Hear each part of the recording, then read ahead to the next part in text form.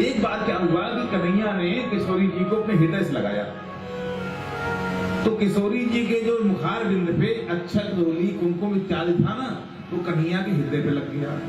अब चूंकि चंद्रमा का निवास कन्हैया के हृदय में है, तो आज चंद्रमा का प्रकाश जो है रंगीन आ रहा है।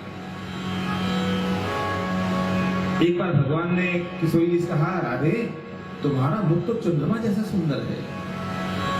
इतना सुनना था कि किशोरी जी उठ गई। बोले क्या कहा? इस चंद्रमा में तो कलंक लगा हुआ है, मुझमें कौन सा कलंक है? भगवान चक्कर पड़े, क्या करो? लेकिन भगवान ने क्या कहा गया मालूम है? मान विमोचन पंडित, यानी स्त्रियों बनाने में महाराज बड़े निपुण है भगवान। मान विमोचन पंडिता। भगवान ने कहा, रियो गोरी गोरी प्रिया रियो, मैं काला काला कृष्ण ही तुम्हारे जीवन का कलंक हूं। मान विमोचन पंडिता।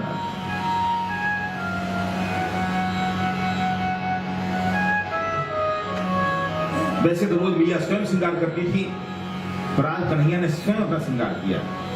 नई पीतांबरी पहनी, गले में वैजयंती माला धारण किया, मोर मुकुट लगा करके केसर की क्यारियों में से और कदम की डालियों के नीचे से झुकते झुकाते आए बंसी बट पर, अपने कमर से पीतांबरी को खोला और उसको यमुना की रेती पर बिछा दिया।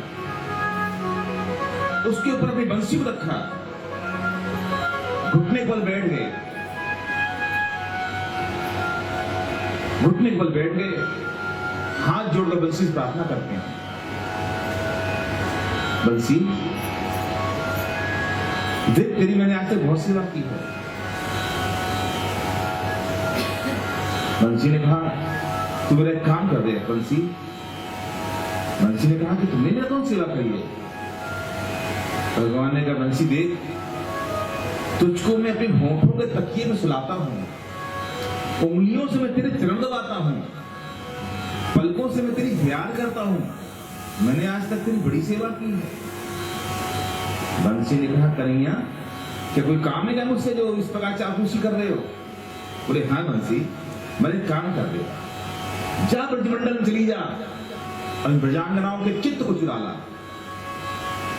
बंसी ने कहा, बात नहीं है, बात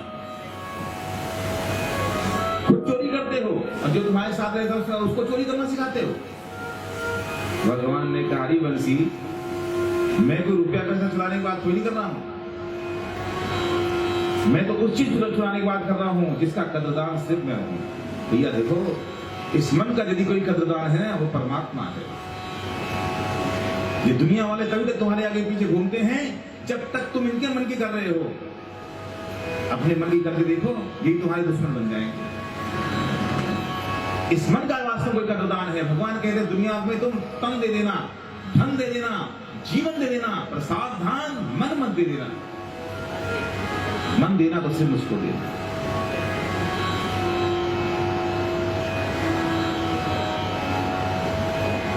भगवान को तुम्हारा भैया रुपया पैसा फूल माला पेड़ा बर्फी नहीं चाहिए, भगवान को सिर्फ और सिर्फ तुम्हारा मन चाहिए। यह बंसी पहुंच गई। एक गाय अपने गौ के दुग्ध का दोहन कर रही थी। बंसी ने कहा, अरे गोपी चल, तुझको कन्हैया ने बुलाया है। अच्छा गोविंद ने बुलाया मुझको? ऐसा कहकर महाराज उसने दूध काढ़ा हुआ था, उसको लिया, उठाकर फेंका और चल पड़ी कन्हैया से मिलने के लिए। बंसी ने कहा, अरे गोपी रुक रुक रुक, तुम दूध को फेंक दिया?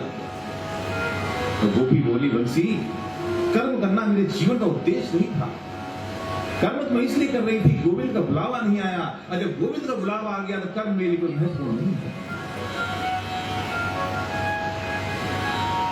एक गोपी श्रृंगार करने के उपरांत अपने नेत्रों में कज्जल लगा रही थी, और जो माताएं जो है ना, देवियां आंखों में कज्जल लगाती हैं, तो किस प्रकार से योगियों की पुत्र अवस्था होती है, बिल्कुल सावधान नभ्यंस कपोल बने, गई कोई टेढ़ा मेढ़ा हो जाए। उसी समय यह बंसी पहुंच गई।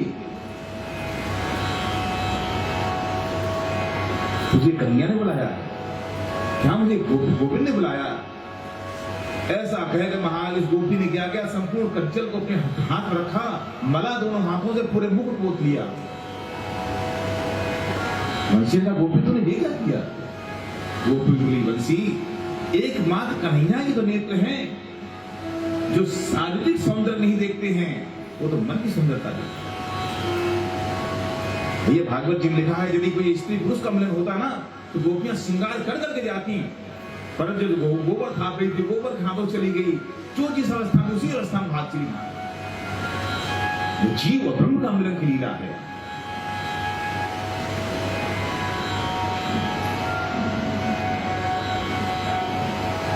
एक गोपी के पति ने कहा, कहां जाती हो तुम, क्या कुल में कलंक लगाओगी?